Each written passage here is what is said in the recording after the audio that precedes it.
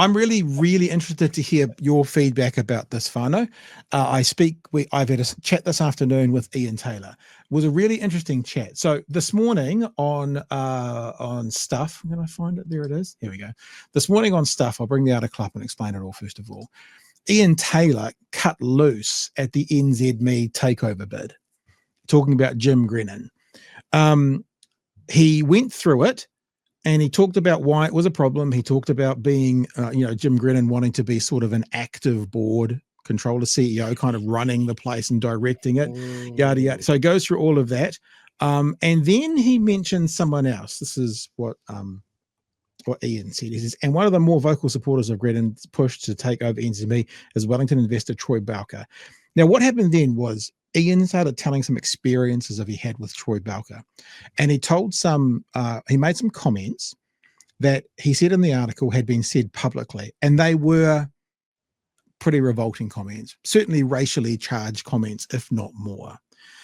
When I got to Ian at about 1:30 this afternoon, he'd spent an hour on the phone with Troy and found out that those comments weren't actually made publicly, they were made privately. And so because of that, Ian asked for those comments to be removed. So as you can see here, the story has been updated at the request of Sir Ian Taylor, as what was cited as publicly available message was actually sent privately. Now, I'm a little bit annoyed with myself because the one thing I don't do in this interview is say, just because they were private doesn't mean they hold the same weight of awfulness, eh?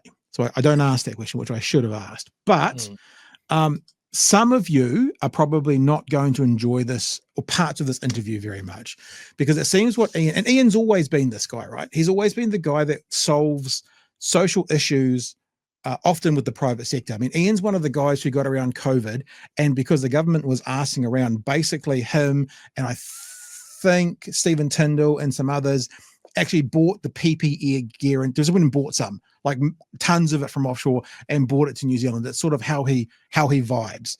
It also means that how he vibes often is to kind of get alongside and talk to, and maybe the shouting is not all that useful. I don't agree with that. And I say in this conversation, I don't agree with that, but I'm really interested to hear this is a good chat, right? It probably speaks to, Chewie and I have told you before how we've been thrown out of a particular boat. Ian's probably again in a third boat going in the same direction. So I'm interested for you guys to hear the conversation, and then we'll have a chat about it afterwards. We're going to do this now, Chewie, because we've started the things of having the interviews at the start of the show, which is now, rather than leave it till the end. And then it gives everyone a good amount of time to sort of, I guess, kind of consume it and think about what they think. And I'd love to get your feedback on it.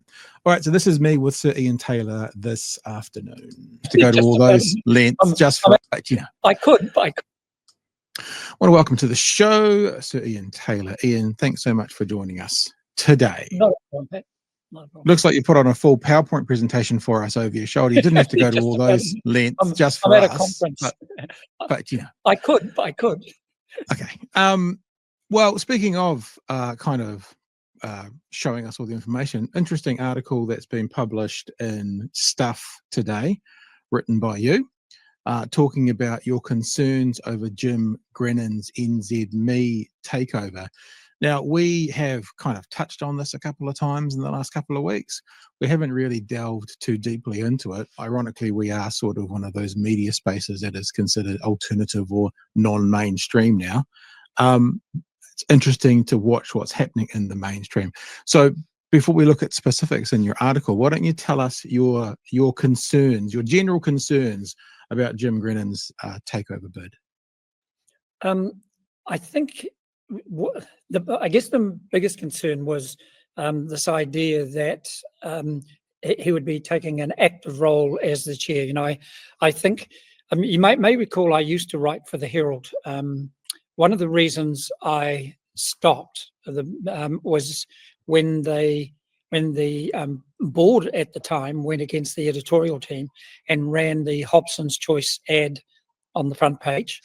Now, I'm happy for the Warehouse or, all of those things to take front page ads. But for an organisation like Hobson's Choice, it wasn't on a publication like the Herald on the front page. That shifts its emphasis, and it makes it look like an editorial as opposed to an advertisement. Yeah, exactly. And Yeah. what you realise was that, there's going to be a certain group of people who can afford to spend that kind of money, but they're very rare and they're generally very wealthy. So Yeah. that was the start of my reasoning to shift from the Herald, even though the editorial team, I found out the editorial team had opposed that move. So again, it's sort of ironic that the board or somebody had approved that to go up, but ultimately the editorial team hold sway and they didn't do it again. So that's what interested me when I saw this happening. We are now looking at the potential for the editorial team to not be able to stop that sort of thing from happening. And just to say a bit more about who Mr. Grenon, and he either is the owner or he's a investor or shareholder in the website Centrist at the moment, I believe as well. And Centrist, by its name, you would think, oh, both sides of the conversation. It's very centre. It's very, we have perspectives, but it does end up being pretty, in my view of looking at it a few times, pretty clear, sort of the more conservative right-wing view coming through. Which then, if he is going to take an active interest in NZME, makes you think, what does he then want to turn NZME into, if anything? Like being active on the board might mean I want to put jet fuel on this commercial entity and just make it financially sensitive, or it might mean I want to make sure some perspectives and ideas are more heavily weighted in this thing I'm trying to buy. And that really was my concern, and I'd been kind of watching. It's not an area of expertise, but I guess it was of interest to me because the media. I've been involved in the media for a very long time, and it does concern me. I think media as it exists today too has to take some responsibility for the divisions that are starting to happen. Between Maori and Pākehā, between a lot of things are happening where you look at a story and think, why is that up so high? Why are we listening to these voices that are extreme? So we are listening now and giving extreme voices on both left and right, and they are in a minority, but that minority is shifting things.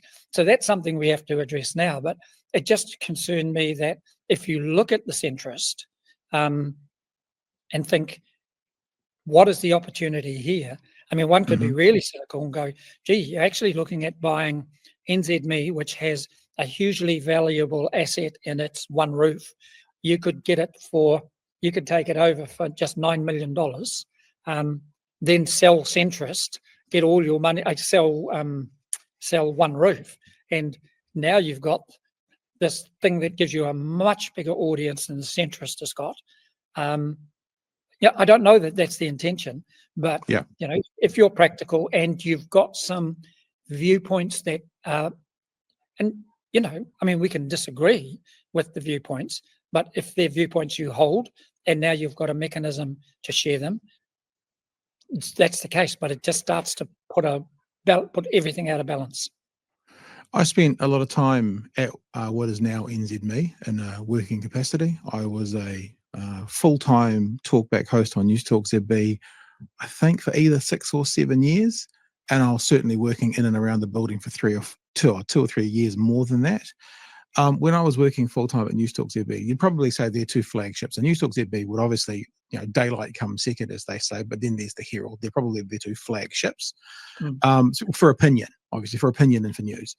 I was like very clearly pretty much the only sort of lefty, quote unquote lefty view on that network.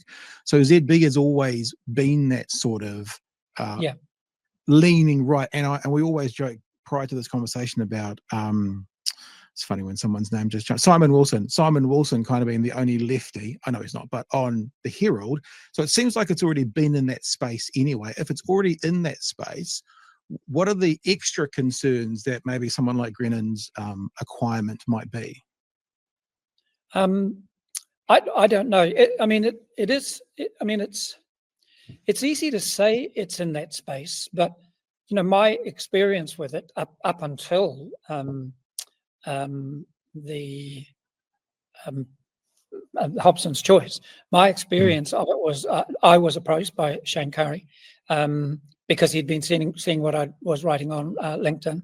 And since then, I've been really free to write.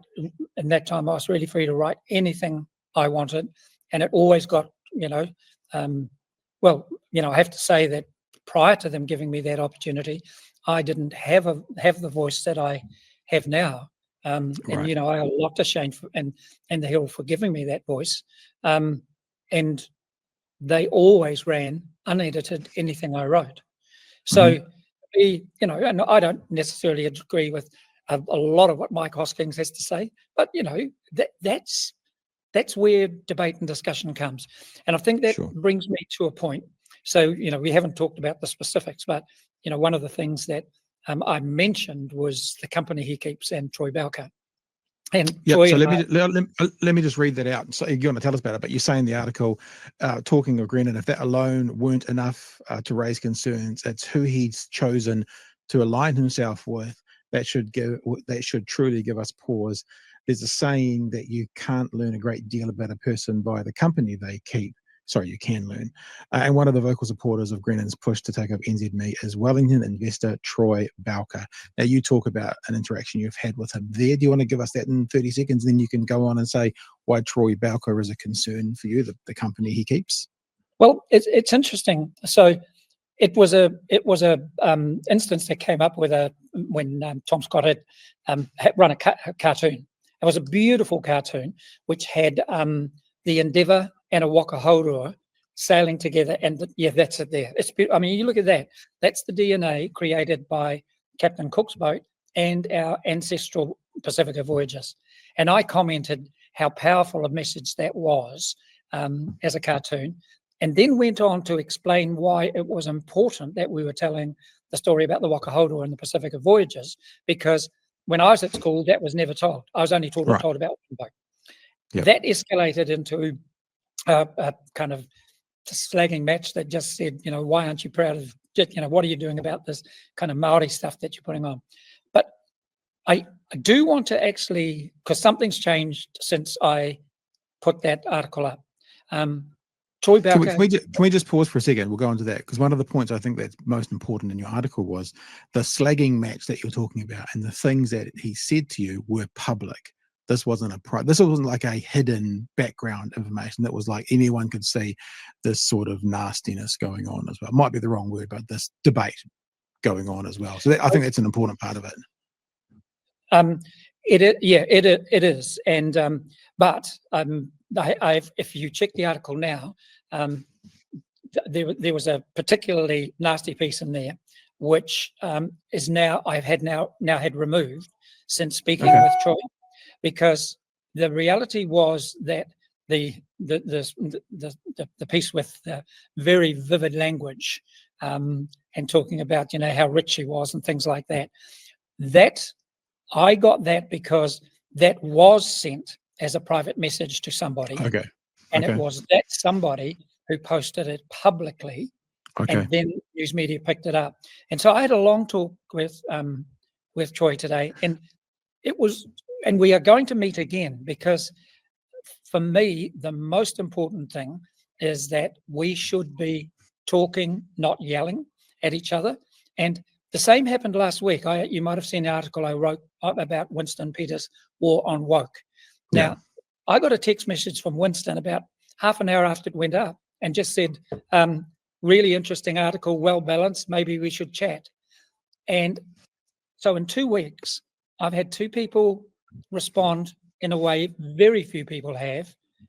And for me, this is where, if I look at that cartoon and you see the trails being the DNA, the trails coming, this is that Pacifica concept of Talanoa, where no matter your views, whether you agree or disagree, what you should do when you is come together and talk and listen with respect.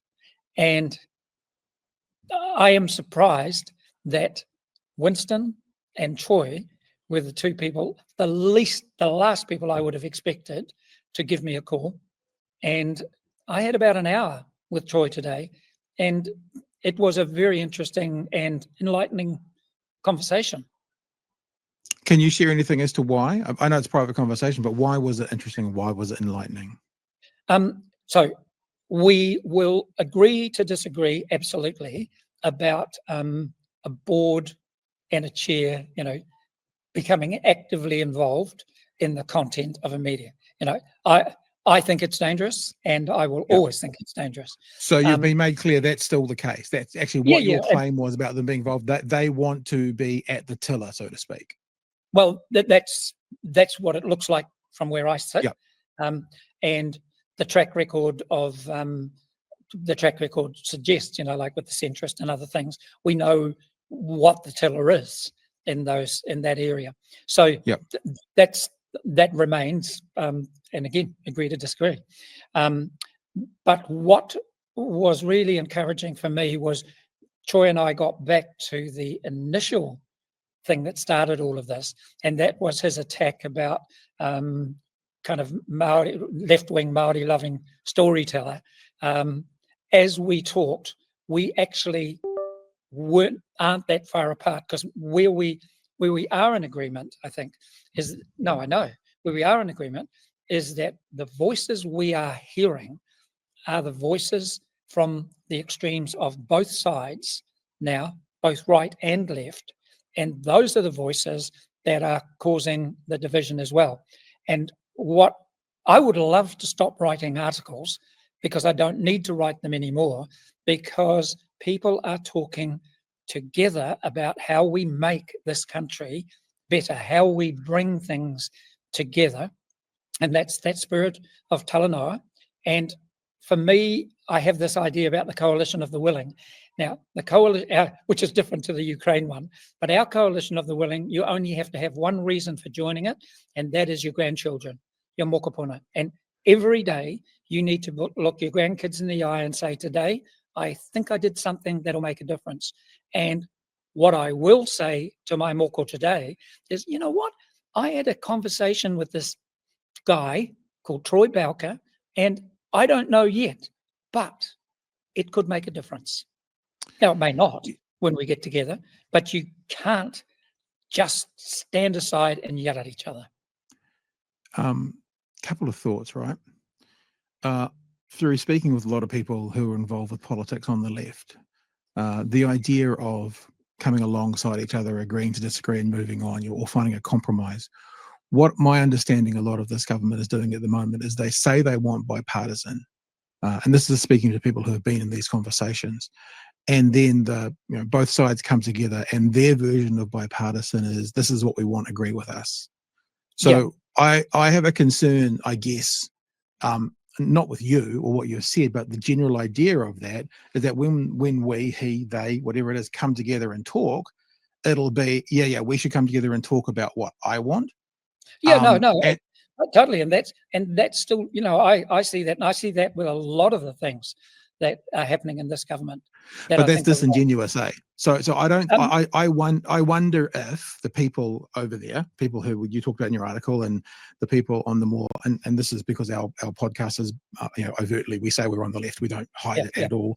On the other side, if there is such a thing as an other, don't come to those conversations in good faith. But the other thing I wonder, and no offense intended by this, is, do you think you got special treatment from them because of who you are? I can't imagine Simon Wilson getting a text or a phone call from, Mr. Peters saying, "Oh, great article, we should have a talk about it." Do you think you have an element of privilege in this conversation where they're coming to you, you've got the sir in front of your name, which is awesome. I love being able to talk to you, but do you think there's an element of that you have to be cautious of? I am always cautious of it. And, one of the things I have always thought about the knighthood as well is that, because you have to accept it. And, a lot of people turn it down, because, and I thought long and hard about it. And then the reason I accepted it on the basis that actually this is an opportunity. Now, every day you've got to earn it. I haven't earned it. Every day you've got to earn it. And it may just open those doors. So I will know very, very quickly whether or not there's a genuine kind of listening. So, right back in those days when Troy talked about the Maoris and this. Oops, sorry, I'll just turn that off. That's all right. Maori and talked about these, the things. People were just, the word racism was just put up everywhere. Now, I never use the word racism.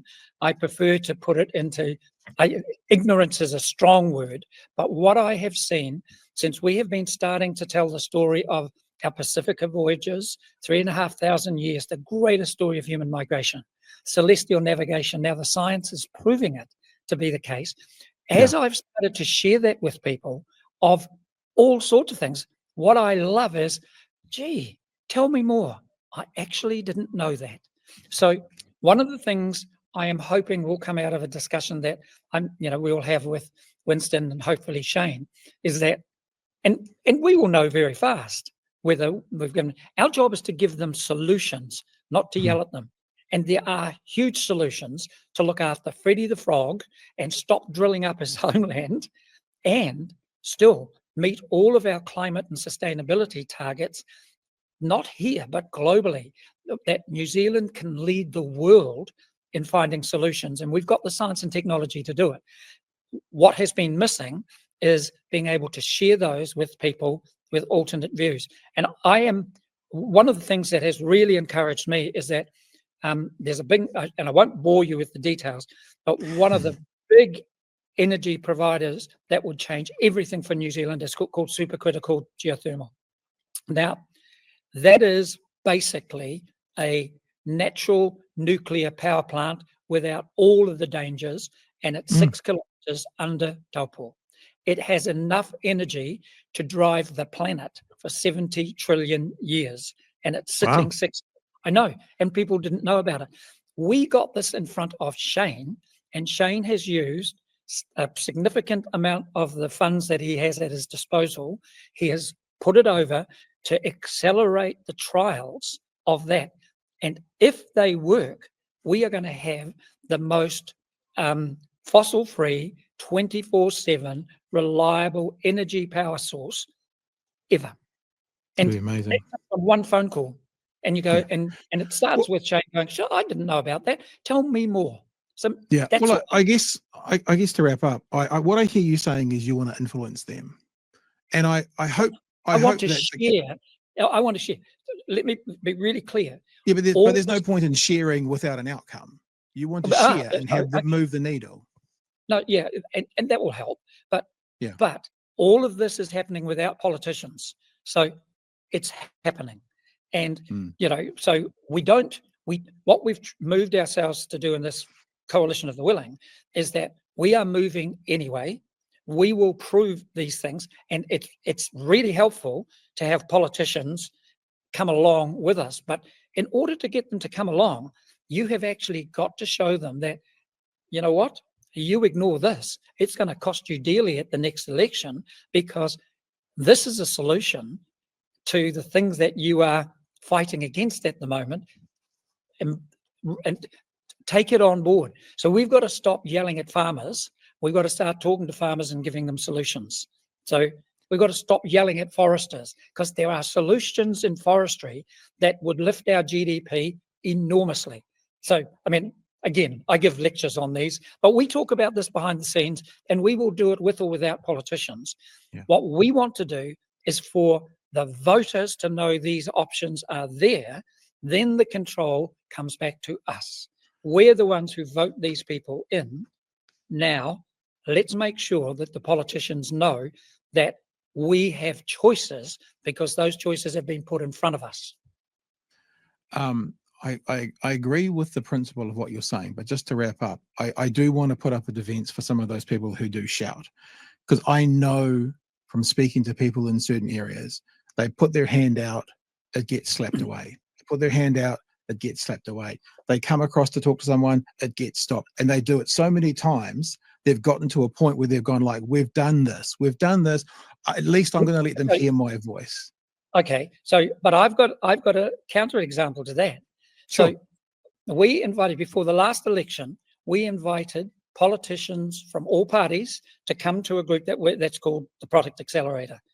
It has designed a thing called Tomorrow's Economy that would embrace climate change and sustainability and make it the driver of our economy. Now, I'm not going to name the politicians who didn't turn up, but I can tell you that some of the ones that didn't turn up will be the ones making that complaint. They did not even come along to see the solutions. Others did. One who did come along and see the solutions, Chloe, which I really welcomed her to come along, and she came.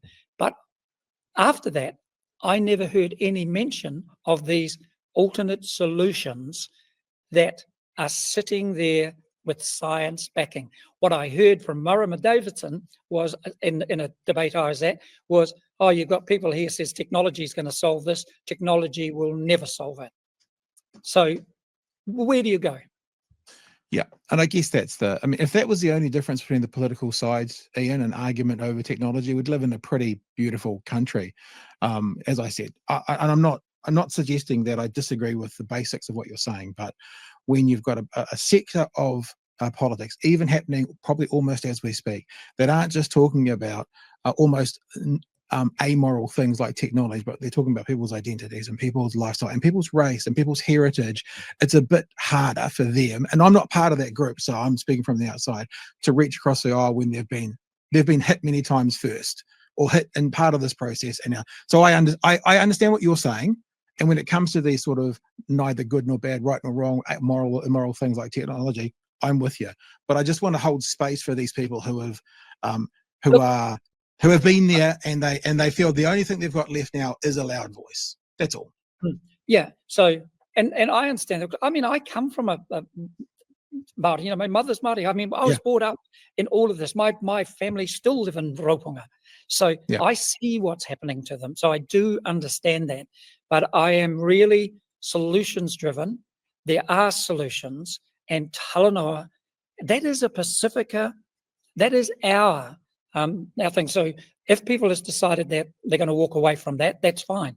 Talanoa, you always talk and listen with respect. You do not have to disagree, but what you do need to do is have solutions to back your argument. And I honestly, those people who have fought and shouted in the past, I owe them a huge debt of thanks. I stand on their shoulders, their shoulders. They're fighting for Māori, for treaty rights, for all of those things. Is the reason I'm where I am today. I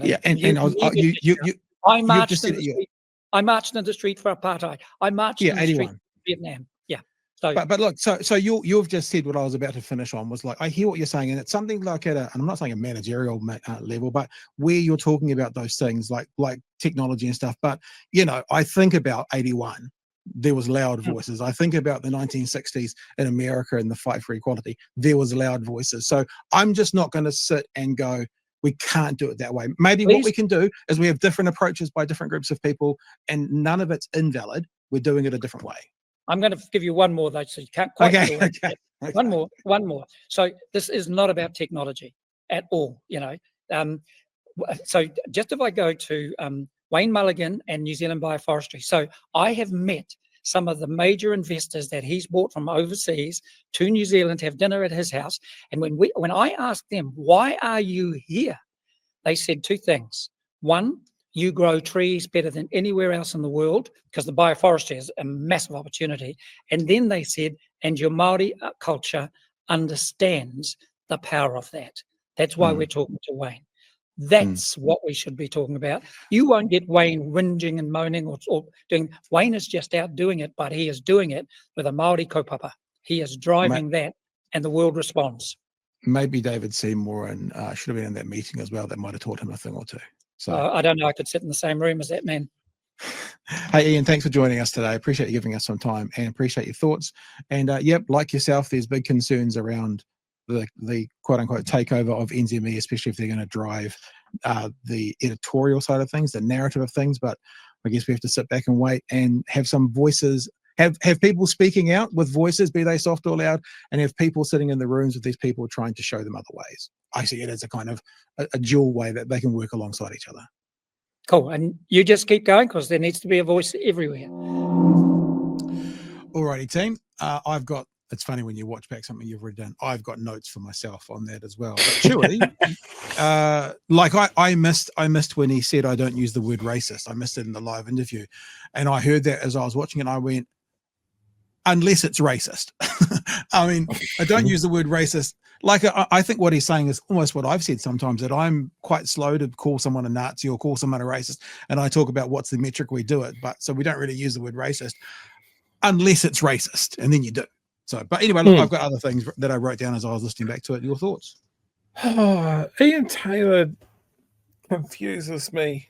He's a funny sausage, eh?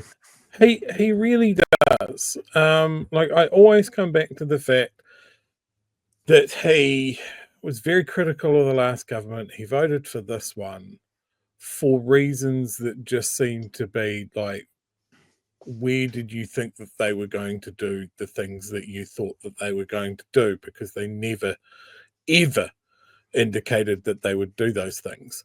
And then you immediately, and I think righteously, rip into them for the failures that they have. He comes across to me as a very idealistic person. Yeah, and because of his background, which he mentions, I love that he's a big fan of Māori and Pacific culture, and really cheerleading that as like the solutions to a lot of the problems that we have. Live in kaupapa Māori, live in Pacifica, all of that sort of stuff. Great, fantastic. Because he's a tech guy, I think he brings to the table that the solutions are often tech based, which I think a lot of them can be, or if not tech based, they can be technical, like almost like a logical way to solve things. But then I think, when he's talking about Chloe and Marama coming to see this project, and just, I guess, quite naively not understanding why they wouldn't see it the same way that he does. And I mean, even as he's talking about supercritical geothermal stuff, I'm like, I've never heard of this. What is it? So while he's talking about it, I'm Googling it and going, oh, okay. Calling it supercritical geothermal, it's like a natural nuclear reactor. That makes me go, that sounds like pseudoscience bullshit. Like, it just set my antennas going. Okay. Then I went and read a few things, and I was like, oh, okay. It's like the geothermal that we have now. Yeah. It's just 150 degrees hotter. Oh, okay. So it takes it away from this, like, this buzzword? Real, like, tech billionaire buzzword. Hey, look, it's technology that's right around the corner. Please give me your money. To something that is like, well, if we increase what we do already, we get this result. And it's like, oh, okay. And we're already like more than halfway there already, because we generate 20% of our current power needs out of geothermal already. We have a huge volcanic plateau that we can tap into. He's fucking right. And the government knows this. They've ring-fenced about $40 million to invest into this. GNS Sciences is looking at it. It's something that is happening. Yeah. But listening to Ian Taylor talk about it made it sound less likely and further away than it actually is. And I just find that quite strange. And I think when he's looking at the problems that we have in the society and the way that things are going, I think he's almost naive in how people operate around these things, right? It's puzzling. I'm not saying he's a dumb guy or he's oblivious. No, he's a very smart guy. But it's obvious. I mean, that's kind of why I was saying, that I wasn't as blunt as, but that they're not going to want to negotiate anything, even if they invite you into the room. That's why I was kind of doing that. And it was interesting. Very Short has said this in the chat, where he was talking about being in the room, sitting in the room, talking with people, sitting in the room with David Seymour. Oh, I wouldn't want to fucking sit in that room. So, like, what is it? Are we sitting in the room to influence them? Are we going to, agree to disagree? So it seems like there's that there. I have to say the article as well, before they took their stuff out, was far more kind of, I don't know, virulent. There's another message in there that I'm not going to put up because I don't want to embarrass anyone. But there was a chat that went, oh dear, the Maoris. And I think it was a bit like how he was talking. He's Maori, so it's just he is Maori. But the other thing is, I wrote down, he's also 75. Now, he doesn't look 75, but he's 75 years old. Yeah. So I'm not doing that as an excuse. And I know people are going to be messaging me going, I'm 75 and I'm a fervent Marxist. Good. But what I'm saying is he's also from a generation that does approach the world slightly differently as well. So he's 75. And that's why I do believe, I use the word waka, that we can be in different wakas going in the same direction. And I think that me and Chewie are in a waka that other people won't let us into theirs. But I'm like, I will fill your sails, other people over there. You go and fight. I'm on your side. I want to see you succeed. In an ideal world, and people talked about naivety and idealism, in an ideal world, if Ian could do what he says he could do, which is basically influence some of these politicians, that kind of stuff, that would be a good thing. The question is, could it? And one more thing I wanted to say, because he talked about the squeaky wheels, basically the far left and the far right making all these noise.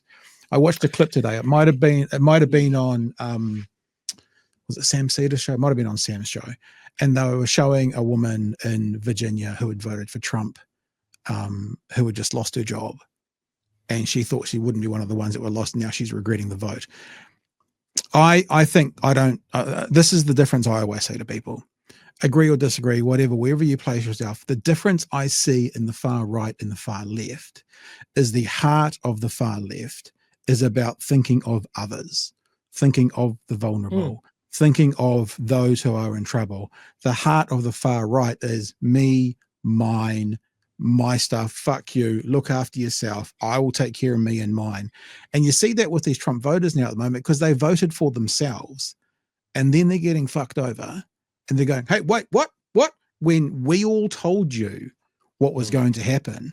We all told you that if you voted for a narcissist who only cared about himself, he's not going to care about you. So I don't know. We do know where we are politically because we've done our political compasses. It's on Facebook. Go look it up if you want. But I mean, people to the right of me think I'm far left. People to the left of me think I'm a conservative twat. You know how it kind of goes. But I always just throw in with the left and the far left, primarily well-intentioned, get it wrong sometimes, whatever, but it seems to be based in community and thinking of others. And I want to sit in one of those walkers out that side. That's just me. That was the other thing that I wanted to comment about what he was saying there, talking about the far right and the far left as if we are somehow equally represented in media and in conversation. Yeah. And I don't know what he was referring to. Because, like, if we go through media commentators, show hosts, all of that sort of thing, and try and balance them, you can't. The media is overwhelmingly filled with right-wing opinions and right-wing influences. Whereas the far left equivalent of Michael Laws, who would you balance him with? I don't know. No one. I mean, yeah, the answer is for every right-wing person that I mention, we are going to mention us. And that is not balanced because I'll tell you something funny. I've seen our budget. I was up editing after midnight, and for the first time in 5 years, maybe, I mean, I left ZB in 2011, so that's 13 years ago. So maybe the first time in 10 years, I turned on ZB Talkback after midnight, and I heard some of the same callers who used to call me 13 years ago. If you're out there, Sue, I heard you last night. But the host there now is like, government, terrible, wrong, bad. Last government was awful, And of course they were talking about, which is a talkback talk, that they were talking about the green situation at the moment. But it was enlightening to see. So yeah, the other thing as well is, even if you had a 1-to-1 ratio of left versus right, whatever you want to say, progressive versus conservative, I don't care, whatever words you want to use, what you'd find is, even if it was 1-to-1 in the numbers, the ones on the right would still have 10 times the funding. That's the other thing we got to think about, because that's what happened. Absolutely. Like, I mean, Michael Laws, Hoskins, fucking Plunkett, Ryan Bridge. You know, you can rip through a gamut of voices on various aspects of the right-wing spectrum, and they're not balanced. Like the chat was going off about this, right? And I was sitting there going, okay, left-wing. Yeah, who's our James? Media voices. Who's our James O'Brien? That's what you're asking. Who was our James O'Brien? There's two that I could think of. Marcus Lush. You know, I think he's more. Well, I mean, I mean, that's what I mean. That's what I mean. Yeah, you can't go. He's as left as Michael Laws is right. That's what I'm talking about. It's not. Yeah. But also, let me say, but also he does a show, his evening show on ZB, which I don't listen to, but I know the format, which is more kind of magazine style. So even if he does sit on the left, like I know a couple of other ZB people that are far more lefty than not, but the shows they do aren't politically based. They're kind of stories of the day and what's been going on. And for Marcus, I am being a bit kind of tongue in cheek, but you know, what's your favorite banana bread recipe and sort of stuff that doesn't need someone to come out and be like cutting edge stuff. Yeah. You know, look, you know, you get people saying John Campbell. You know, again, he's solidly on the left, but I wouldn't say he's as left as Michael or Hoskins. You know, but it's also different. John Campbell, what he produces is like television. He doesn't therefore speak to the public daily, offering opinion. It's a different entry into the media world as well. Yeah. So, you know, if you really want to put the cats among the pigeons, just fucking chuck a few, like we talk about the right wingers that stumble into our chat, and some of them are very definitely welcome back. They're crunchy little croutons. Imagine if that was the thing on ZB. If they alternated left to right voices throughout the day, it'd be fucking chaos and it would be so entertaining. Can you imagine that hard right shift? Okay, well, we've just had Michael Laws saying that Māori should be fucking outlawed. We now come into the Che Guevara hour, brought to you by Chewie. What's okay? The topic for today is how many guillotines do we need to buy, and should they be in the central area of every town in New Zealand? Now taking your calls. Do you not remember when Today FM started up? I said this won't work. This will fail. They're trying to compete with ZB. They've got on hosts. Remember Duncan Garner said he would vote for Trump. And then they had the two on in the afternoon, one who is angling to be a national MP, Mark Richardson, and one who is an ACT voter, Leah Panapa. These are the hosts they had on. They didn't even go for the low-hanging fruit. You know, respectfully, they could have had people, I'm not saying I would have done it, but people like me, John Campbell doing Breakfast on Today FM. Hello. Mind you, I think Tova was fine. I don't think Tova's got a, I think she is more journalist than ideologue. But, you know, those talkback things, I mean, you know, Bomber's done talk with that kind of stuff. That could have been what Today FM is. And at least that would have tested the market for, is there a space for progressive talk media? We don't know because there's never been anything. What about the discussions you had with TVNZ when they shit canned us off a steal in their debates? Where they were talking about like, oh, well, maybe we could carry your content and that sort of thing. But then we'd have to balance you with someone like you on the right. So we're fair. That's Should we tell that story in case people aren't aware? We're being very late. But when TVNZ booted us off YouTube because we were playing their debates, I then interacted with some of the heads at TV. I don't know. I can't really remember what was confidential and what was not. So I'll just tell you. If you've ever heard me say people in the media world have told us that we're 5 years ahead of everybody else, that was the head guys at TVNZ. They were the ones that were saying we're ahead of the curve. Yeah, head of news. And yep, they said they were thinking about carrying us. And the thing is, unfortunately, mainstream media does think like that. And I give them the answer straight away. And they can't, it doesn't fit with them. They go, we'd have to balance you off. And I go, no, you don't. When you host The Daily Show with Jon Stewart, when you buy that, you have to balance that off? Of course not. It's not your product.